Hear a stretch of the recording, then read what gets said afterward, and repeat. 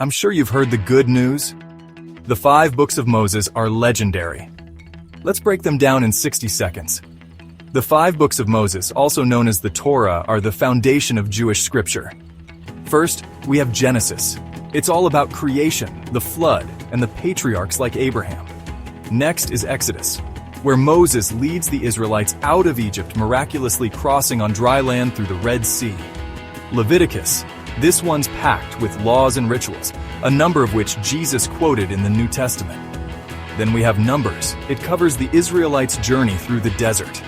Finally, Deuteronomy contains Moses' farewell speeches and death at 120 years old. That's the Torah in a nutshell. Keep watching for an in-depth view of the most important moments in each of the books. The timeless stories and ancient wisdom are next. The book of Genesis summarized in just a few minutes, capturing its essence and beauty. Love stories of epic beginnings, murder mysteries, and colossal floods. Then the book of Genesis has it all. Genesis 1 and 2, God created the heavens and the earth. On the first day God said, "Let there be light," and there was light.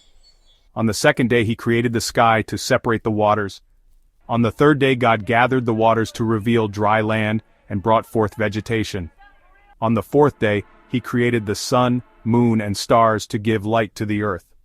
On the fifth day, God filled the waters with fish and the sky with birds.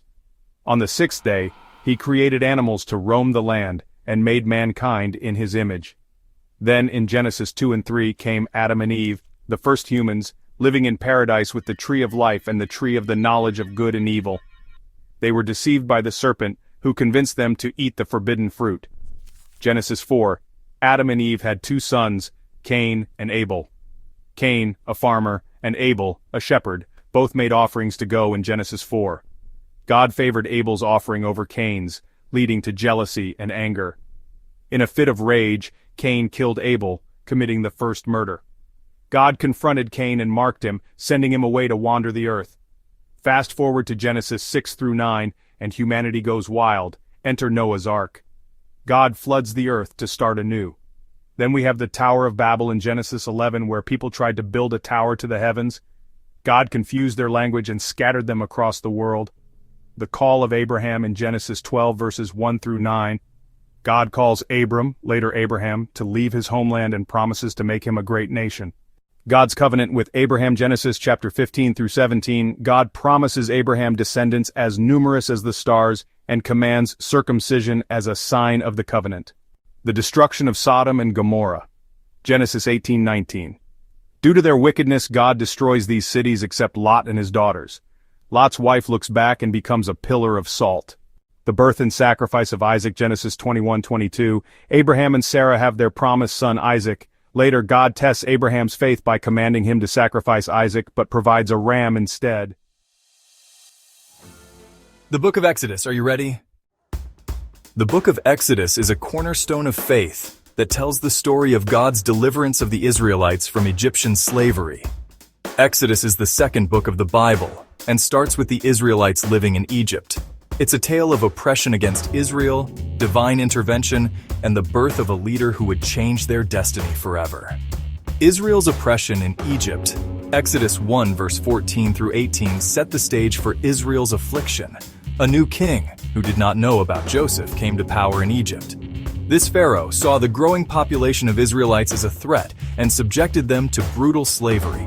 Despite their suffering, the Israelites continued to multiply. Pharaoh's cruelty didn't end there. In Exodus 1:25-22, he commanded the Hebrew midwives to kill all newborn Hebrew boys. But the midwives, fearing God, disobeyed. When Pharaoh realized this, he ordered every Hebrew male infant to be thrown into the Nile. The birth and calling of Moses in Exodus 2 verses 1 through 10 tells the miraculous story of his birth and survival. Born to a Levite family, Moses was hidden for 3 months. When his mother could no longer hide him, she set him adrift in a basket on the Nile. Pharaoh's daughter discovered him and raised him as her own. Exodus 2:11-25. Moses grew up with a dual identity. He was Hebrew by birth and Egyptian by upbringing. Moses grew in favor while living within the ruling class, but was dismayed at the oppression of his people. Moses was enraged, and after killing an Egyptian who mistreated an Israelite, fled to the land of Midian. Fast forward to Exodus 3:1-10, where Moses encounters God in the burning bush.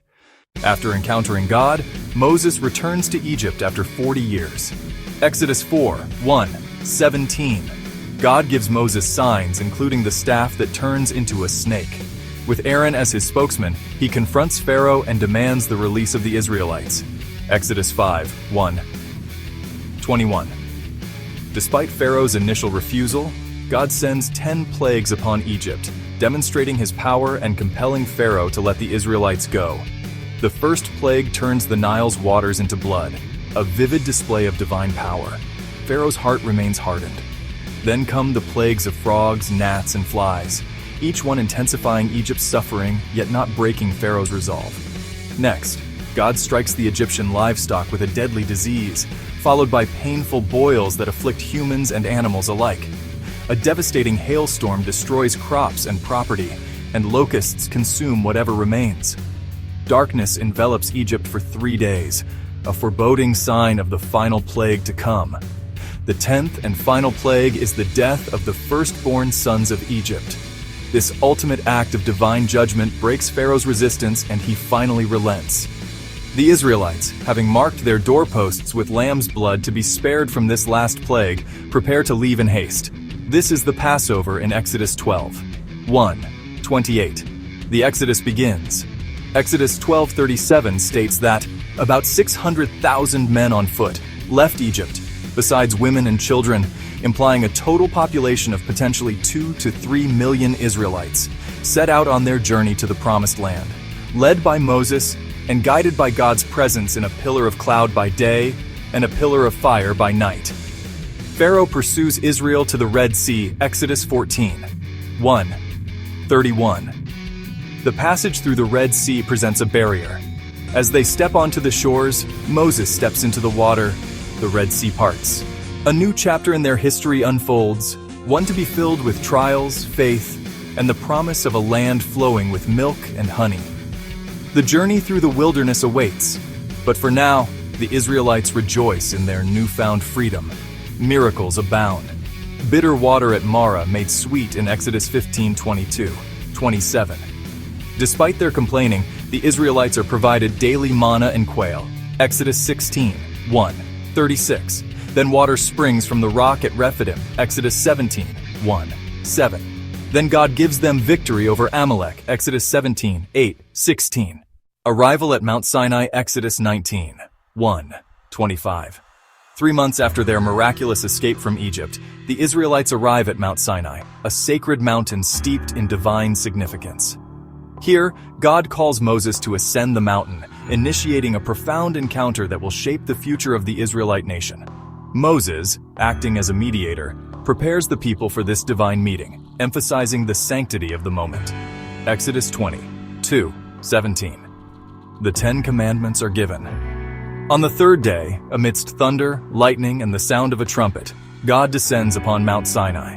From the thick cloud, God speaks directly to the people, delivering the 10 Commandments. These commandments, etched in stone, form the bedrock of Israelite law and their covenant relationship with God. The Book of the Covenant, Exodus 21:1-23-33. Following the 10 Commandments, God provides Moses with additional laws and guidelines, collectively known as the Book of the Covenant. They are designed to ensure a just and harmonious society, reflecting God's holiness and righteousness. Confirmation of the covenant. Exodus 24:1-8. With the laws in place, Moses descends the mountain and reads the Book of the Covenant to the people. In a unified voice, they commit to obeying God's laws, sealing their pledge with the words, "All that the Lord has spoken we will do, and we will be obedient." To ratify this covenant, Moses performs a sacrificial ceremony, sprinkling the blood of the offerings on the altar and the people, symbolizing their purification and consecration to God. This moment at Mount Sinai marks a pivotal point in the Israelite journey, transforming them from a group of liberated slaves into a nation bound by divine law and covenant. The golden calf and God's mercy. Exodus 32:34. Israel worships the golden calf. Exodus 32, 1-29. As Moses lingers on Mount Sinai, receiving divine instructions, the Israelites grow restless. In their impatience, they demand Aaron to create a tangible God to lead them. Yielding to their pressure, Aaron crafts a golden calf from their jewelry.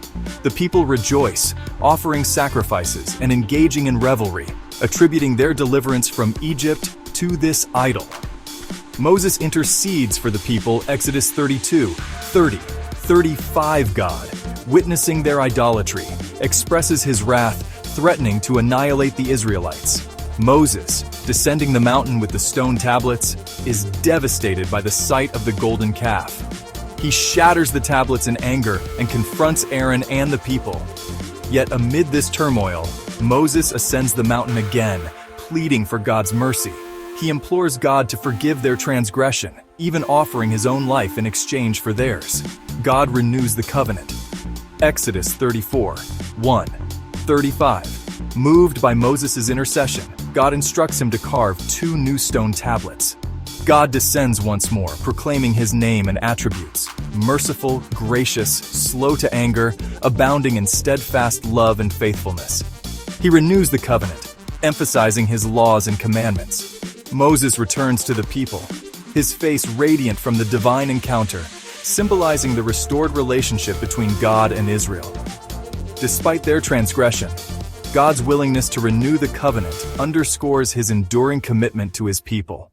Instructions for the tabernacle, Exodus 25, 1-31, 18. Following the renewal of the covenant, God provides Moses with detailed instructions for constructing the tabernacle. This sacred dwelling is to be a portable sanctuary where God will reside among his people. Every element, from the Ark of the Covenant to the altar and the priestly garments, is meticulously described. These instructions emphasize the importance of holiness, craftsmanship, and the community's collective effort to create a space worthy of the divine presence. The tabernacle is built and completed, Exodus 35, 1-40, 33. With divine blueprints in hand, Moses relays God's commands to the Israelites. The people respond with an outpouring of generosity, contributing gold, silver, fabrics, and other materials. Skilled artisans, endowed with wisdom and creativity by God, bring the tabernacle to life. The community's unity and dedication manifest in the completion of this magnificent structure, signifying their commitment to God and his covenant. God's glory fills the tabernacle, Exodus 40, 34, 38. Upon the tabernacle's completion, a cloud descends, and God's glory fills the sanctuary. This divine presence is a visible and powerful affirmation of God's dwelling among his people. The cloud guides the Israelites on their journey, lifting when it is time to move and settling when it is time to camp. The construction of the tabernacle and the indwelling of God's glory mark a profound moment in Israel's history. It symbolizes God's desire to be near his people and their reciprocal dedication to maintaining a holy space for him. This sacred bond, forged through the tabernacle, illustrates the enduring relationship between God and his chosen people, grounded in mutual faithfulness and reverence. As we finish the journey through the book of Exodus, these passages highlight the major events and theological themes that have shaped the faith of millions. From the miraculous deliverance from Egypt to the sacred covenant at Mount Sinai, from the divine judgments through the plagues to the construction of the tabernacle, every moment is a testament to God's power, faithfulness, and abiding presence with his people. The story of Exodus is not just ancient history. It is a timeless narrative that continues to inspire and guide us today. The covenant at Sinai and the instructions for the tabernacle show us the significance of living a life dedicated to holiness and reverence. They highlight the importance of creating spaces, both physical and spiritual, where God's presence can dwell among us. As we reflect on these timeless lessons, let us carry forward the spirit of Exodus in our hearts, embracing the call to faithfulness, belief in the supernatural, and devotion to God. Thank you for watching The Nonprofit. Don't forget to like, share, and subscribe. Everything you need to know about the Book of Numbers.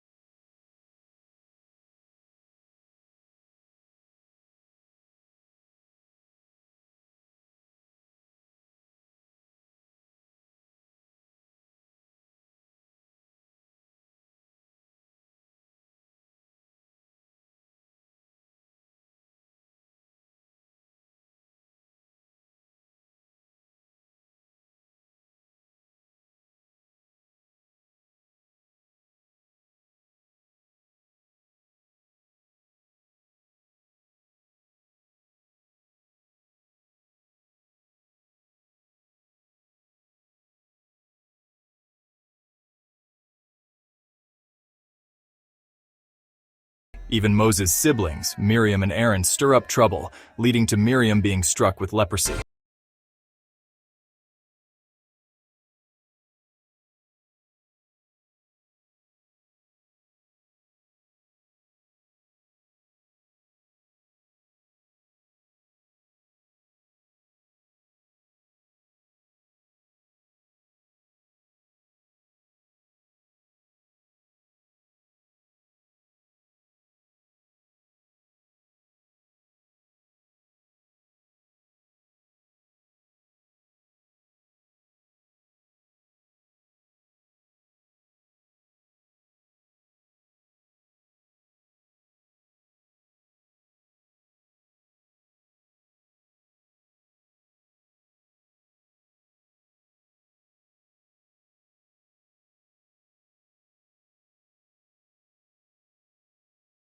Followers challenge Moses' leadership and are swallowed by the earth. Numbers 16:31.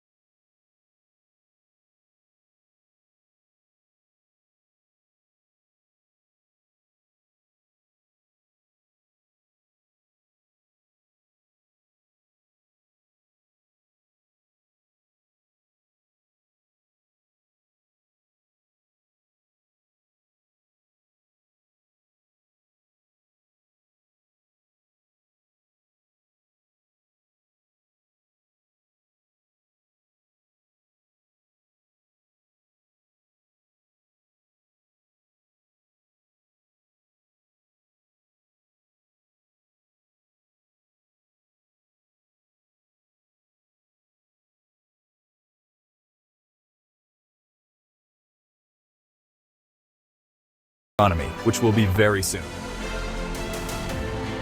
Understanding Leviticus in minutes.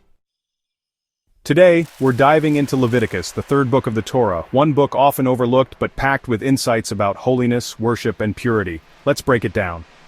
First off, Leviticus is all about laws and regulations given to the Israelites through Moses. The book of Leviticus contains a total of 613 commandments, according to Jewish tradition, which are divided into 248 positive commandments and 365 negative commandments. To keep things simple, we will just discuss the major themes. Let's start off with the laws on sacrifices. From chapters 1 to 7 we see different types of offerings. Burnt offerings symbolize complete dedication to God, described in Leviticus 1. Leviticus 2. Grain offerings are a way to thank and acknowledge God. Peace offerings focus on fellowship with God. Leviticus 3. Sin offerings provide atonement for unintentional sins. Leviticus 4. And guilt offerings are for compensating wrongdoing. Leviticus 5 and 6.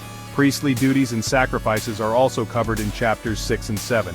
Next we have the consecration of the priesthood in chapters 8 to 10. Moses anoints Aaron and his sons as priests in Leviticus 8. Aaron's first sacrifices result in God's glory appearing in Leviticus 9. But Nadab and Abihu, Aaron's sons, offer unauthorized fire and face dire consequences. Leviticus 10. Now let's talk about purity laws found in chapters 11 to 15. These include dietary rules. Leviticus 11 for clean and unclean animals, the very ones that Peter had a vision of in the book of Acts. Purification after childbirth, Leviticus 12, and regulations on skin diseases like leprosy, as well as mildew in Leviticus 13 and 14. Plus, laws about bodily discharges and ritual purity are outlined in chapter 15. The Day of Atonement, or Yom Kippur, is detailed in chapter 16. The high priest enters the Holy of Holies to make atonement for the people. the scapegoat ritual is introduced, where one goat is sacrificed and another is sent into the wilderness bearing the people's sins. Leviticus 16, 134. Chapters 17 to 20 cover laws on holiness and moral conduct. It includes the proper handling of blood, Leviticus 17, laws on sexual morality, Leviticus 18, and the famous command to love your neighbor as yourself in Leviticus 19:18. Punishments for serious sins are also listed in Leviticus 20. Leviticus 21 to 25 outline laws for priests and religious festivals. This covers higher standards for priests. Leviticus 21 and 22, annual feasts, laws governing holy days and rest including the Sabbath in Leviticus 23:3. The Passover meal called a Seder, Leviticus 23:4-8, Feast of Unleavened Bread, Feast of First Fruits and Pentecost in chapter 23:9-22. Why are these feasts important to Christians? If you look carefully at the life of Jesus, you will see that many of the major events took place on a number of these festivals. Jesus fulfilled the following feasts in recorded New Testament events. First is the Passover, also called Pesach, in Leviticus 23:5. Jesus, the Lamb of God in John 1:29, was crucified on Passover, fulfilling its symbolism as the ultimate sacrifice for sin, 1 Corinthians 5:7. Second, unleavened bread commanded in Leviticus 23:6-8. This feast represents sinlessness. Jesus, who was without sin, 1 Peter 2:22, was buried during this time. Third, the Feast of First Fruits from Leviticus 23:9-14. Jesus' resurrection occurred on this feast, signifying him as the first fruits of those who will be raised from the dead, described by Paul in 1 Corinthians 15:20-23. Fourth, Pentecost, known as Shavuot from Leviticus 23:15-22. The Holy Spirit was given to believers on this feast as recorded by Luke in Acts 2, marking the birth of the church. Feasts awaiting fulfillment, Feast of Trumpets, Rosh Hashanah, Leviticus 23:23-25. Many believe this foreshadows the future return of Christ with the sound of the last trumpet described in 1 Thessalonians 4:16-17. Day of Atonement, Yom Kippur from the passage, Leviticus 23:26-32. While Jesus' death provided atonement, this feast is linked to Israel's future national repentance and restoration, Zechariah 12:10, Romans 11:26. Feast of Tabernacles, Sukkot, commanded in Leviticus 23:33-43. This may symbolize Christ's millennial reign when God will dwell with his people from the passage written by John in Revelation 21:3. Tabernacle regulations, Leviticus 24:1-9. There's even a story about a man who blasphemes and gets stoned, Leviticus 24:10-23. Chapter 25 talks about the Sabbath year and Jubilee. Every 7 years, the land must rest, Leviticus 25:1-7, and every 50 years debts are canceled and property is restored, Leviticus 25:8-55. Chapter 26 gives us blessings for obedience and curses for disobedience. Follow God's laws and you'll get rain, peace, and prosperity, Leviticus 26:1-13. Disobey and you'll face famine, exile, and suffering, Leviticus 26:14-46. Finally, chapter 27 covers laws on vows and tithes, Leviticus 27:1-34. In essence, Leviticus is rich with themes of holiness, sacrifice, purity, and the covenant relationship between God and his people. It's a book that lays the foundation for understanding God's requirements and the sacrificial system, which foreshadows Christ's ultimate sacrifice. Thanks for watching The Non-Prophet. If you found this breakdown helpful, don't forget to like, share, comment, and subscribe. See you next for a breakdown on the Book of Numbers. Deuteronomy in 5 minutes. Today, we survey the book of Deuteronomy, the 5th book of Moses, and the last book of the Pentateuch, the epic farewell speech from Moses to Israel. Let's unlock the wisdom in these last words. First, we have the historical review in chapters 1-4. Moses recounts Israel's journey and reminds them of their past failures and God's faithfulness. Israel's failure at Kadesh Barnea recounted in both Numbers 13:14 and Deuteronomy 1:19-46. Kadesh Barnea was a significant oasis and encampment for the Israelites during their wilderness journey, located on the southern border of Canaan, where important events like the sending of spies, the rebellion, and Moses striking the rock took place. 10 spies discouraged the people, while Joshua and Caleb trusted God, recorded in Deuteronomy 1:22-25. Rebellion caused them to be sentenced to wander the desert for 40 years. He urges Israel to obey God's law, warning against idolatry. Moving on, chapters 5-26. Moses focuses on reaffirmation of the law. Moses repeats key laws given at Mount Sinai and explains their importance for the next generation. He repeats the 10 Commandments and emphasizes the importance of keeping the Sabbath. The command to keep the Sabbath is linked to remembering their slavery in Egypt before the Exodus found in Deuteronomy 5:15. The Shema, found in chapter 6, contains the greatest commandment, 6 verses 4 through 9. The Shema, "Hear, O Israel," is a call to love God fully. Love the Lord your God with all your heart, soul, and strength. Deuteronomy 6:5. This passage later becomes central in Jewish worship and is quoted by Jesus in Matthew 22:37. Powerful stuff, right? Warnings against idolatry are echoed throughout. Remember the golden calf incident? Moses recalled it.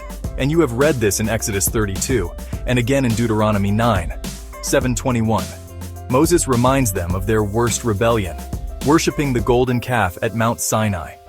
What made matters worse is that they were supposed to be worshiping the one true God, but they didn't. Not only that, but they also forgot everything they learned from Moses. If it weren't for Moses stepping in and interceding, the whole incident would have been disastrous. But he did intervene, and that saved the entire situation. God even forgave them, but that doesn't mean they can continue on as if this never happened. Justice, leadership, and worship laws, tithing and social assistance. Deuteronomy 14:28, 29, 15, 7, 11. Take care of the Levites, foreigners, widows, and orphans.